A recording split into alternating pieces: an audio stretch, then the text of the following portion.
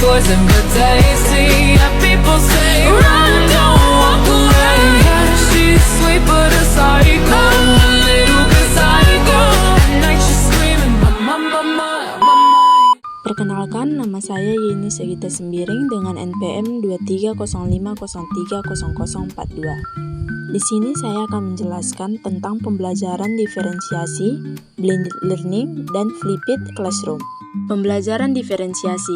Pembelajaran diferensiasi adalah pendekatan pengajaran yang dirancang untuk memenuhi kebutuhan belajar individu siswa. Guru menyesuaikan isi, proses, produk, dan lingkungan belajar agar sesuai dengan kesiapan, minat, dan profil belajar siswa. Dan selanjutnya blended learning atau pembelajaran campuran. Blended learning adalah model pembelajaran yang menggabungkan metode pembelajaran tatap muka atau offline dengan pembelajaran berbasis teknologi atau online.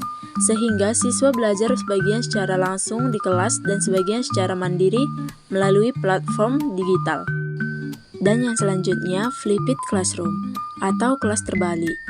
Flipped classroom adalah model pembelajaran di mana siswa mempelajari materi pelajaran terlebih dahulu secara mandiri di rumah atau melalui video, modul, dan lain-lain. Sedangkan waktu di kelas digunakan untuk diskusi, praktik, dan pemecahan masalah. Adapun tujuan pembelajaran diferensiasi. Yang pertama, mengakomodasi perbedaan kemampuan, gaya belajar, dan latar belakang siswa. Yang kedua, mendorong keterlibatan aktif semua siswa dalam proses pembelajaran. Dan yang ketiga, meningkatkan hasil belajar dengan strategi yang sesuai untuk tiap individu. Yang selanjutnya, tujuan blended learning atau pembelajaran campuran. Yang pertama, mengintegrasikan keunggulan pembelajaran online dan tatap muka. Dan yang kedua, memberikan fleksibilitas waktu dan tempat belajar. Dan yang ketiga, meningkatkan keterlibatan siswa dengan materi yang interaktif.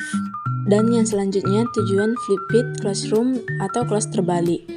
Yang pertama, mendorong pembelajaran aktif di kelas. Yang kedua, memberi waktu lebih untuk interaksi dua arah antara guru dan siswa. Dan yang ketiga, memfasilitasi pemahaman yang lebih mendalam melalui diskusi dan praktik.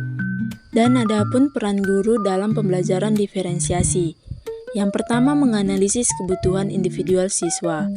Yang kedua, mendesain tugas yang bervariasi dan fleksibel. Yang ketiga, mengelola kelas agar inklusif dan adaptif. Dan yang keempat, memberikan dukungan tambahan bagi siswa dengan kebutuhan khusus. Misalnya, melalui bimbingan personal atau penyesuaian tugas. Yang selanjutnya, peran guru dalam blended learning atau pembelajaran campuran. Yang pertama, menyusun materi digital yang menarik dan mudah diakses.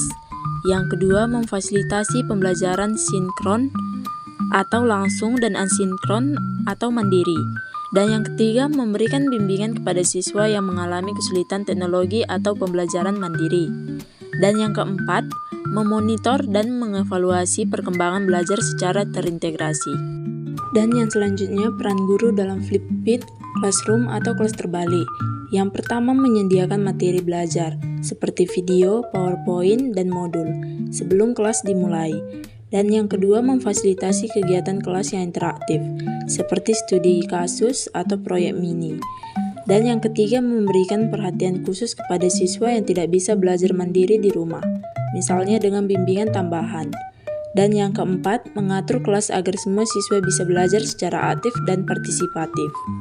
Jadi, kesimpulan peran guru secara umum yaitu dalam ketiga pendekatan pembelajaran ini, guru berperan sebagai fasilitator, pembimbing, dan perancang pembelajaran yang responsif terhadap kebutuhan semua siswa, terutama bagi siswa dengan situasi khusus seperti hambatan belajar, keterbatasan akses, atau kondisi sosial emosional. Guru harus menyediakan alternatif materi dan penilaian, memberikan waktu tambahan atau pendampingan individual, berkoordinasi dengan orang tua dan tim pendukung lainnya, dan membangun lingkungan belajar yang inklusif dan suportif.